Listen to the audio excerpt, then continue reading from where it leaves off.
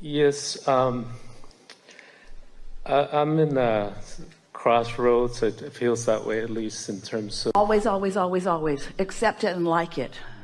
so I was planning to retire this year and start do my business, Yeah. my own adventure. And, Yeah.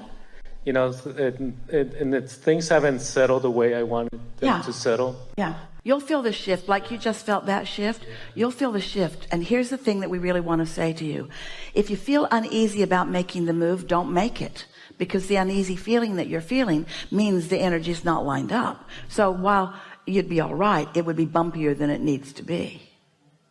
Want to calibrate it? Yes. I'm trying to, I guess, I'm having a little bit of difficulty visualizing an outcome and kind of calibrate well, you to see, that. But those are such important words that you just spoke, because this is the thing that we've been wanting to explain to all of you all day long, and you've sort of missed the point. That question is an indicator that you sort of missed the point. You're wanting to visualize it, and since you can't, and we're saying you're getting out ahead of yourself. What you want to do is calibrate to good feelings. Just now, did you see us? We didn't do a workbook on the perfection of your disrespectful son. We didn't try to make him behave better with words and imagination than he is behaving. We just left that aside because that's what it is right now. And we calibrated to the core of who you are. And this is the same thing. You don't have to visualize that into being. And you know why we know that so certainly? Because everything that you've lived that you knew that you didn't like about working for other people or about previous things caused you to calibrate something that is so fantastic. There is something so magnificent all queued up for you in the gestation phase in your vortex, and you don't have to see it. You just have to know that it's there. You don't have to describe it. You just have to know how the laws of the universe work. You don't have to see it right now. You just have to know you're going to see it. You don't have to know exactly where you're going to go. You just have to know that you're going to be called to it. You don't have to know exactly when. You just have to know that it's unfolding in that general sense. And as you allow yourself to feel those things, then you'll rendezvous with an idea. Not an action, not somebody bankrolling you right now. You'll rendezvous with an idea, and the idea will feel intoxicating to you. It will feel exhilarating to you, and you'll know, oh, my vibration was high enough that I rendezvoused with my inner being who's in my vortex, and I got a very clear glimpse of how this might unfold. You see, that's how it works. You all keep thinking, we love you so much, but you all keep thinking, if you could just see where you're going precisely, or somebody would just tell you where to go, what numbers to play on the lotto, if you could just have more direct guidance, then you'd be happy. And we want you to understand that the happiest is to have something in your vortex that is calling you toward it, and you allowing yourself to go, so that you get to experience the thrill of the new idea popping into your mind. So you get to experience the evolution of your ideas, because it's what's turning. It's the momentum of moving forward that is the thrill of life, not the getting there. You think that you want to desire something and then just go directly there. It's not the destination that thrills you. It's the journey to the destination. And you've heard those words so many times that they feel meaningless to you, but it really is how it is. So life shows you something you don't like, and sometimes without even knowing that you've launched this rocket of desire, and it happens often. So you've created this wonderful vortex about your business and about how you are in the world and about the enormous abundance that will come to you with a big idea.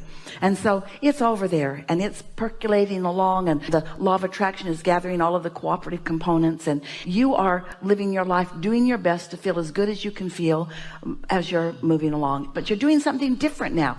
You've decided to get out ahead of it. Rather than wait for something to happen, instead of waiting for the world to flip you off in some way, and then you having a knee-jerk reaction to it, you're out ahead of it. You're meditating and you're segment intending. Segment intending meaning, let's talk about this. This is a powerful tool. Segment intending means I'm standing in this segment right now, but there's another segment before me. Now, let's see, what's the segment that's following this one? You're going to get into your transportation and you're going to go somewhere. That's the next segment. segment intending might sound like I'm going to desire safe travel, and I'm going to desire no traffic, and I'm going to desire nice conversation with whoever I'm with while I'm traveling. And all of those intentions are nice. But what we mean by getting out ahead of it is we mean right now by calibrating to source, as you were just doing with us. Now, in this segment, you're out ahead of that segment because you calibrated in this segment. And now you're taking this calibrated being, you're taking this calibrated point of attraction out into the world, into this next segment. And now the world has to respond to that calibration because it's attraction, attraction, attraction, attraction. Did you get that? You use this moment to do the best you can do at calibrating to the most that you are. That's what we mean by getting out ahead of it. And then when you step into the next segment, it must conform to you. Bulletin, it always is. It always is. But if you're doing it on purpose, then you are really out ahead of it. Most people aren't out ahead of anything. They just blunder into the next segment and have a sort of similar experience that they had in the last segment. And you see people that are having a good time, segment to segment and segment, and those that life's just beating them up. Helpful? Yes, very helpful. One last question, one more question, if I may. When I was about maybe 20 years back, I met these spiritual beings that doing some healings, and it was a really powerful experience. But I'm trying to, now that I'm older, I'm trying to understand what that experience was about. And what it was they owned the room. They tuned in, they knew it, it was their point of attraction. Their point of attraction was so strong that anyone's doubt or concern about it, if you were on the cusp of wanting to believe, if you had a strong desire and you were wanting to believe, then you allowed it. Does that make sense to you? In terms of my connection to those beings, I guess I'm trying to understand that. I mean, they were really powerful, but I mean, they had names, and somebody was channeling as well. Right. I guess in some ways, I feel like at some point I want to have a conversation with them. Yeah, well then do it. There are two things that we want to say in a strong point of clarity with you. Anyone who is affecting healing is not asserting the healing. They are allowing the healing. And through their belief in the healing, they're influencing the one who is healed to that same belief, and that's why it happens, because there's no assertion in all of the universe.